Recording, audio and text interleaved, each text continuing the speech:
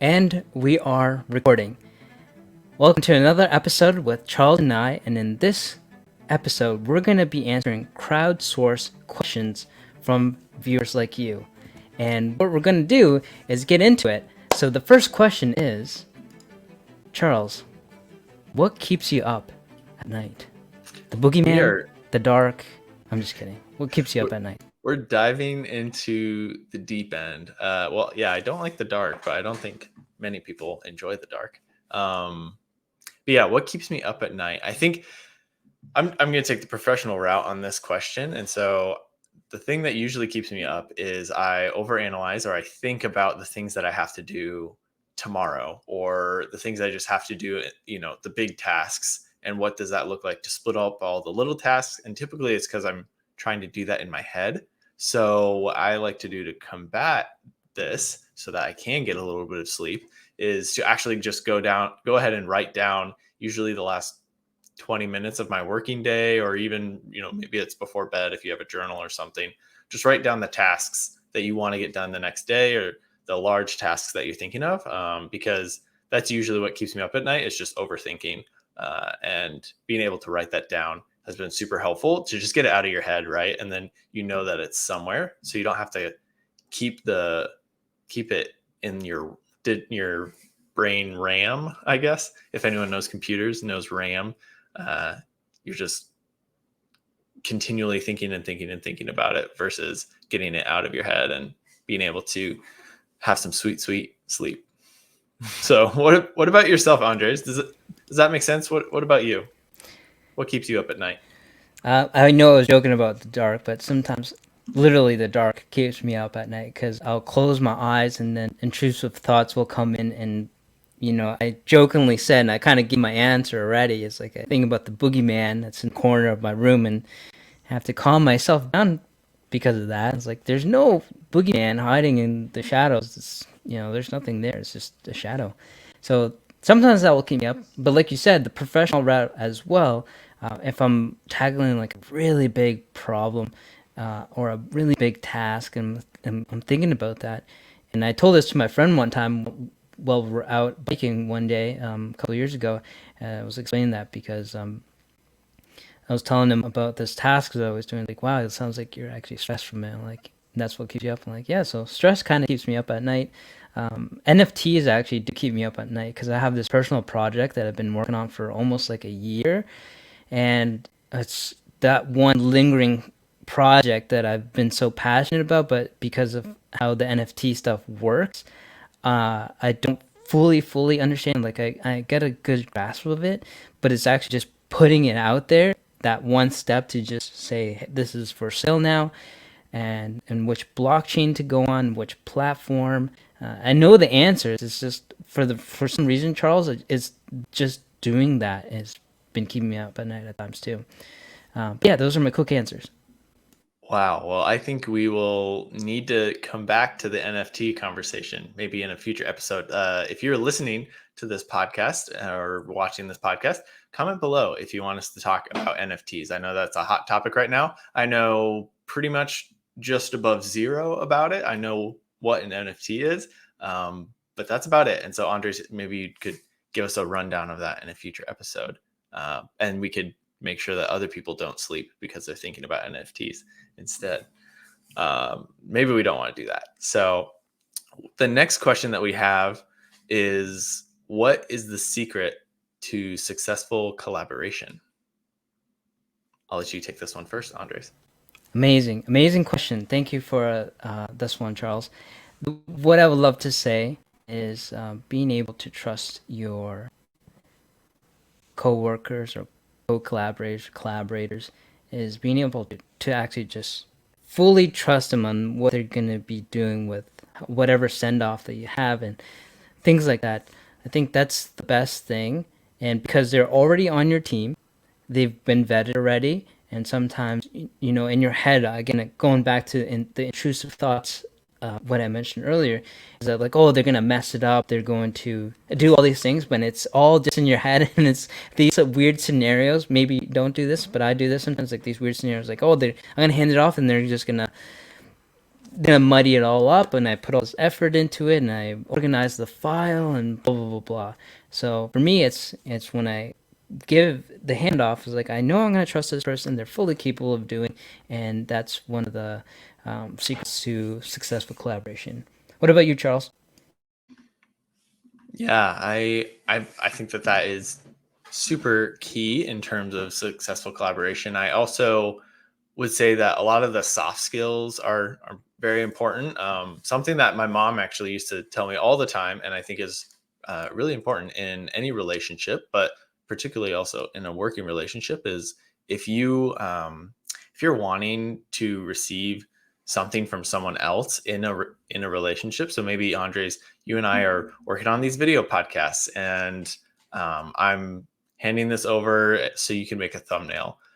Instead of waiting on that or doing some of those things, maybe I can make a thumbnail every once in a while, and I'm actually giving what I'm looking to receive in that relationship. Or that could be feedback. Maybe I'm looking for a different type of feedback in my work, and so I start giving that feedback out to others, and that just kind of puts it out there, and it becomes a trend maybe within the collaboration, and then that's the type of feedback that I will receive. And so I think in a successful collaboration, it's a lot about just open communication, but also making sure that you are putting in the effort to get out a good result as well. So there's a personal development aspect with it. Oh, Oh, even thank the you. audience agrees with your answer. That was Wow. that was Okay. awesome. The fake clapping. I love it. Nobody has to know it's fake. I'm just kidding, everyone. There you I go. hit I hit it because I thought it was a really good We're answer. recording this episode in front of a live audience right A now. live studio audience. Live studio audience. I love that. I'm just kidding, Um, everyone. Small comic relief there. But you know what? You made me think of something. And the other secret to successful collaboration is communication. Exactly what you're saying is being clear on the things that you want back or the things that you want done. So I have been in situations where I either didn't say something clear enough and it wasn't simple enough for somebody to understand. And the same has been done to me where someone said something and it's like, oh, their sentence formulation wasn't really good and I don't really get what they meant. So it's being able to go back to that same person and say like, hey, can you just clear up some stuff? I'm having a hard time understanding what is being asked.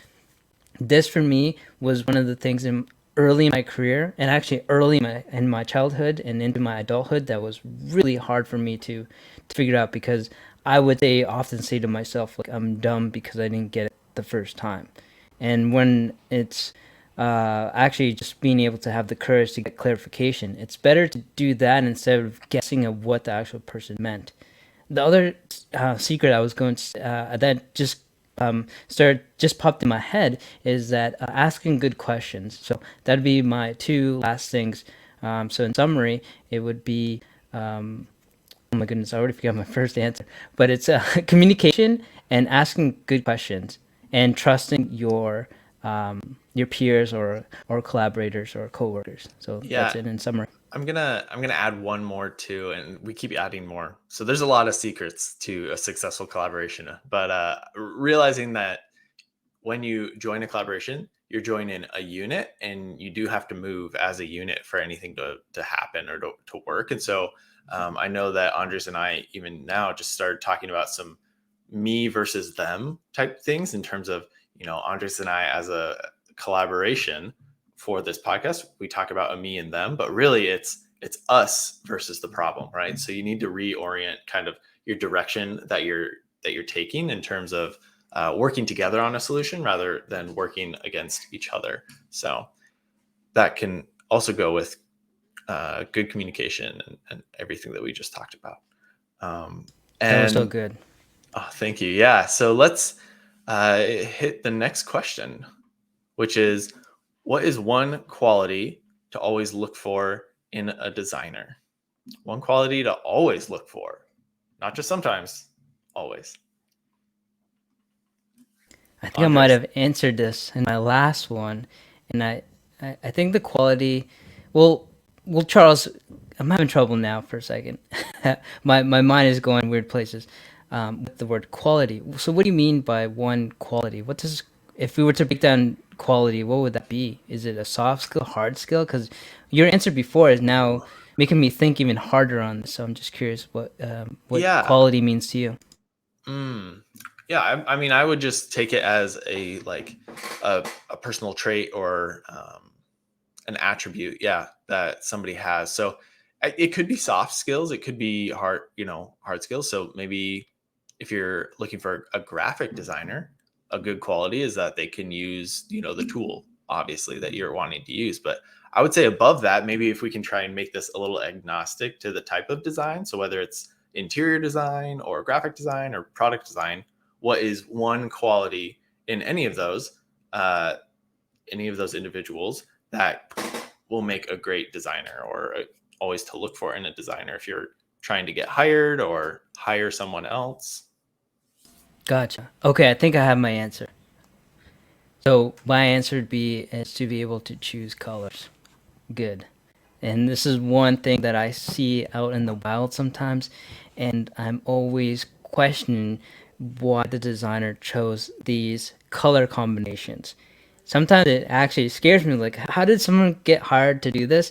Or is there something I'm missing? Like, am I not knowledgeable enough to understand why they chose clashing colors? And so, because me as a designer, I'm always looking at the combinations of colors because it really makes the piece cohesive. So, for an example, to put some of my favorite things into place, Pokemon has always done a great job of this. I think, like whenever you look at their pieces or their character designs, or in general, a lot of things that come from Nintendo, they have like the best color combinations. I would say, like you can actually tell like who they are, and just from a quick glance, and the colors always make it look like they're nice. So that's my quick answer for you.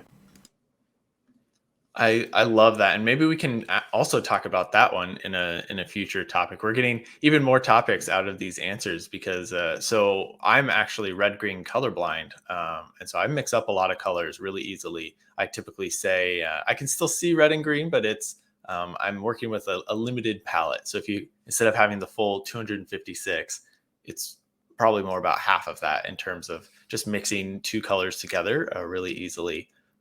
So that's something I've struggled with personally as a designer is being able to pick out good colors. So maybe we could talk a little bit more about color theory in a future video and see, okay, how do we pick these out? Because even in product design, you have to usually attune a color to a specific action or take it away from an action. So whether you want it to move towards a brand or away from a brand in a particular um, using a particular color, but also especially in physical product design, using color to denote what are called touch points, which is basically, if you have a camera, maybe you make the shutter button a different color because that's the main action point. And then anything to take a picture, any sort of physical dial or anything that you would need to do to take that picture is also that same color. And that way it just creates a cohesive, people know, okay, if I touch, if I do all the red stuff, then I'll get a picture at the end of it. Or if I want to change the volume of something, I'll add a color there. So you can look at this in different products. So I love that. I got a little bit down into the color theory, but the one quality I would always look for in a designer, I think, just eagerness to learn is my biggest attribute, and that's kind of a worker in general. But I think particularly for designers, being able to learn is directly related to the amount of design that you see in the world, because typically you're hungry, you're looking at different designs, and us as designers, we're really just filters. Well, not only, but we are filters for the designs that we see. And so if you can learn more, and if you want to go out and see more things in the realm of design in different aspects, then you can filter a lot better. Your filter becomes bigger and you produce better designs because you're able to just draw from so many different locations. So I would say the ability to learn is something that I always look for in a designer. I love that. That's such a good answer. And I say that all the time, so I gotta quit saying that. But I really do believe that. That's a good one. I think professional development, even personal development, is super critical in our day and age. Maybe it's always been there because things are always changing. You can always count that something's going to change in the future. And whether that's technology, that's people, the way the world works, it's always changing. And being able to keep up or stay ahead of the curve, I think, is critical for anyone. So that's my last 2 cents there. So here we go. Next question is difference between a good designer and a great one. Ooh, this one is a tough I one. have an answer, I think, and it might be a little controversial. So if people want to list down in the comments their answers to any of these questions, but especially this one, the difference between a good designer and a great one, please do. We'd love to hear back from you, and we can have a good discussion in the comments about this. I think there's a lot of different ways that you could tell this, but I think for me, one of the biggest things about design coming from a product design lens is being able to step outside of yourself. I think distinguishes a good designer from a great one. So if you can, anyone, oh man, this is difficult to explain, but basically, if you're a product designer or really any type of designer, you can be a really good designer in terms of your color aesthetic, the full cohesiveness of a piece, or making sure that it tells a story in a particular way. But I think being able to step outside of yourself, seeing the end user or the person who would be looking at this logo or using this product, or even stepping outside of yourself and realizing, I need some feedback on this, or um, I need some input from the team. Kind of going back to one of our earlier things of successful collaboration, bringing in input. Uh, that is what makes a great designer. And I like how this is talking about a good or great designer versus a good or great design, because I think you can have great designers that maybe don't make or don't make good designs, but you can also have good designers that make great designs. So there's kind of a weird trade-off, but I would say being able to step outside of yourself would be the biggest difference. Again, solid answer. I don't know if I have much to add on that. I agree with that. A couple things do come to mind, and it's definitely articulation. And I know I'm kind of using my previous answers from the questions before that, but I always find that great designers have really good rationales behind the decisions that they make, and they have research to back it up. So these are the types of designers that will spend time in the weirdest places, like talking to people, or going to the library, or even open up a book to read, because that seems to be like a dying thing nowadays. Like people will just watch a video podcast. Just kidding. That's good too. Please But keep watching our podcast. yes, please. Or read a book. I'm just kidding. But those are the things that I think that are make a great designers. When I study people like Johnny Ive, I believe his name is, if I'm butchering it, it's the product designer from Apple who created a lot of the designs back in the day. Well, I'm saying that like he's gone for a long time, but he was there for I think 17 years of his life, and he was the one that designed the famous colored see-through-ish iMac. If you remember that, he's the one that designed that and proposed that, and then it evolved into like a swivel head type of style of monitor, and all those things that he designed were very simple. And where he learned it from was from one of my favorite product designers, is Dieter Rams. And Dieter Rams is this designer from. Oh, you know who Dieter Rams is? Amazing. We should Yes, talk about him one day. everyone in product design knows Dieter Rams. He's a great designer. Yeah, see what I mean? He said the key word, great designer. And maybe I'll toss this back to you, Charles. Like, what makes Dieter Rams such a great designer? I think we do not have enough time in this episode, so maybe we will have to, and I would need to brush up a little bit as well. So maybe we can talk about that in a future episode, Andres. And if you're willing, we can skip to the last question, in for the sake of time. Let's do So that. the last question that we have up right now is, what's a piece of advice that you would give your younger self? what is a piece of We advice that you would give your younger self? we talked about this, and I think you have an amazing answer. So let's start with you.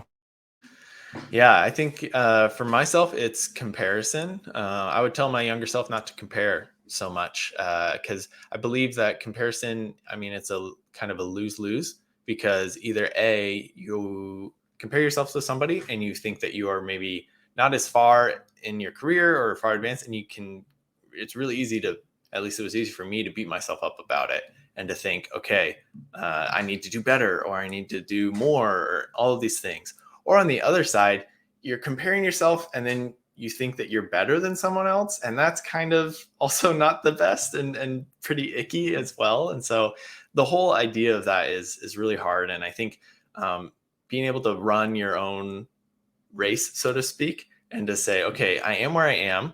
It's taken me a lot of work to get here, and I want to be at this next level. Not because it's where Dieter Rams got to, or because that's where Andres is, but it's because it's where I want to be in my personal journey. And so, being able to, and I still struggle with this today. So I think it would be my younger self and my current self is not to compare with others as much. What about you, Andres? What would be your piece of advice to give to your younger self?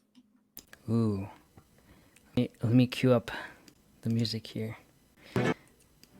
Yeah.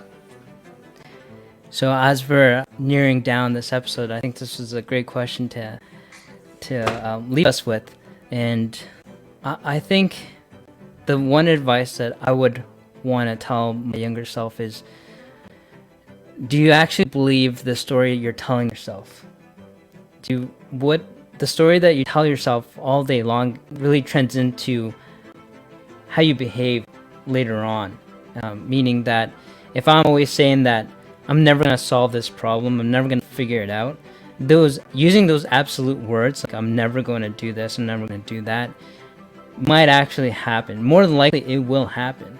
And so when I was younger, I was like, I'll never be able to figure out what I want to do with my life. And that's something I would tell myself all the time because the people around me didn't know what they were doing. So they were just basically just floating through life, just trying to pick up a job and stay with it and then continue the process. For me, I saw that and it's very scary, Charles. I didn't want to live my life like that. I didn't want to live my life that I was going to be someone that is just going to go through it and hope for the best. I want to be in control of it somewhat if I can. And it took me a long time to figure that out. And I think in our previous episode, a long time ago now, I explained that it took me a while to get to becoming a graphic designer. And I think graphic design literally saved my life because I found something I was really passionate about. The things that I was doing in my childhood, for an example, sketching late at night, helped because I think one of the other qualities a good designer must have is being able to sketch. Sketching is can be super loose, but if you can get the core idea down on a piece of paper, you have a starting point, and you're able to take thought to visual or thought to paper, something like that. So, for anyone out there that's younger, I would say like in their teens or just in their early 20s, or even beyond that, like as a kid, is like make sure you dream big and believe those dreams and surround yourself with people that will uplift you on those kind of dreams. And if people do start saying no, no just means next opportunity, stealing that from Errol Garrison. So I've always after hearing that, I've always believed that now. And those are some of the things I would tell my younger self too. Be kinder to yourself is another one. Don't be so hypercritical. And people would tell me that my good friends would tell me that I was being too harsh on myself. And whenever I see somebody being too harsh on themselves, wink wink Charles, is to be kinder to yourself. You know what I mean? It's like you got to tell people that, and because they can't see it themselves, it's really hard. You can't see the label when you're inside the jar. That's it for me. Wow, you can't read the label while you're inside the jar. Yeah. So I think we should reiterate these points because they're so key, which is comparison. Watch who you compare yourself with, as well as be kinder to yourself. And what was the first one that you said, Andres? Yeah. I'm getting distracted with the tools here. No worries. We're editing live, everybody. But yeah, Yeah, be careful who you compare yourself with. Don't compare as much. Be kinder to yourself, and also tell yourself the truth. You know, the personal truth. Change those lies that you tell yourself. I believe was kind of what you were saying at the beginning, Andre. yeah. So those are wow. Those are three super impactful things that I think we could all learn a little bit better. And I just want to say, Andres, that you've come so far, and it's been inspiring to learn your story as well, and to just see where you're at right now. So I think you're doing a really good job, and that's hard work. So, well, with a little bit of a tearjerker at the end, I think we can end this episode, unless you have any other advice, Andres. I don't think so. I think yeah, it was a good one, a good question to end the episode on. So thank you, Charles. One day we'll ask you for some really cool adolescent or childhood Mm. stories that you have. I'm sure you do. I'm sure you have some stories to tell of what made you the person you are today, and Mm. who influenced that. So Oh, we got a maybe lot, that could we got be a lot of another topics. episode. Yes. Yeah, well, and if you, listener or viewer, if you have any ideas or topics, or if you want to know anything more from us, hear what Andres did before he was a graphic designer, or about my background, we can definitely dig into that. Please comment below, and tell us what you would like to hear so that we can tailor it to you. Okay, and with that, we will end this episode. So thank you for watching, and we will see you in the next one. Bye bye.